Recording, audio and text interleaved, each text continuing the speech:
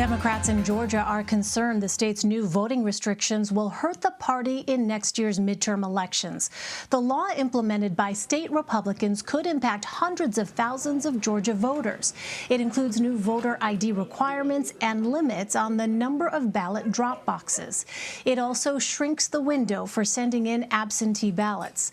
The changes are coming after President Biden's narrow 2020 victory, the first for Democrats there since 1992.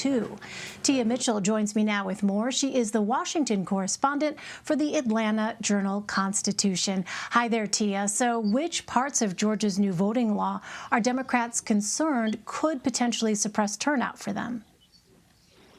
There are a lot of aspects of the new voting law. There are limits on using absentee ballot drop boxes that they think could suppress turnout if someone can't make it to the polls. There's limits on early voting hours, particularly in high-density metro areas that had very extensive early voting. There's also new provisions in the law that allows the state to take over county elections offices, and Democrats are worried that Republicans that control the state government will take over the elections boards in counties like Fulton that are currently controlled by Democrats. Well, what are Democrats doing to address any potential disadvantages ahead of next year's midterms? Well, so far what they're doing is really focused on the courts. There are, I think, about 8 lawsuits that have been filed. Of course, the most high-profile lawsuit is the one that was filed by the U.S. Department of Justice itself.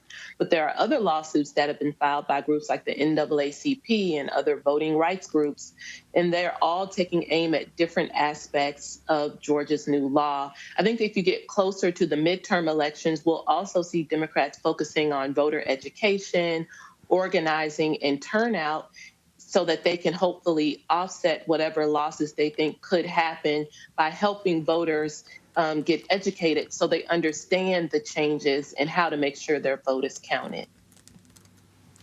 Well, there is a mayoral race happening in Atlanta in November, and that election is in a solidly Democratic district. But could it show tangible results of the voting law's impact? Yes, well, the Atlanta mayoral race is going to be all about Democrats. So you won't see the partisan concerns as far as, if there's a close race between 2 different parties that the law could affect the outcome. But you will see the law definitely put to the test. So we'll see if, for example, limitations on early voting and drop boxes affect lines at the polls, which we know has been a problem in Fulton County in the past. So yes, probably the first big test of some of the impacts of the law, for example, not being able to pass out food and water to people who are standing in line. Those are things that we could see in Fulton County in that Atlanta mayoral election later this year. Tia, while we have you, I also want to ask about former football star Herschel Walker. The possible Senate candidate has received praise for being open about his mental health struggles, but some troubling information is coming out. In court documents, his ex-wife called him physically abusive and threatening. What more can you tell us about Walker, and is he any closer to announcing?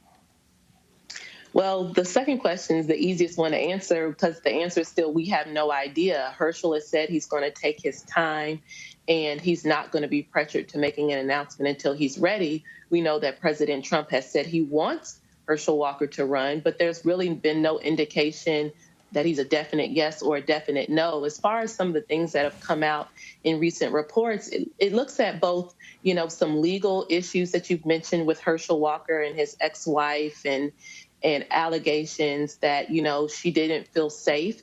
But there are also new revelations about his business dealings and that perhaps his businesses were not as robust, not as successful, not as prosperous as he had led people to believe. And that's going to, again, be something that he'll have to face. Remember that Herschel Walker would have to win a Republican primary, and there are 3 Republicans actively campaigning for that seat, even without Herschel Walker in the race. And they might bring up these issues well before he faces the Democrat in the general election were he to enter the race. All right, everybody is watching to see what happens on that front. Tia Mitchell. Tia, thank you very much. Thank you.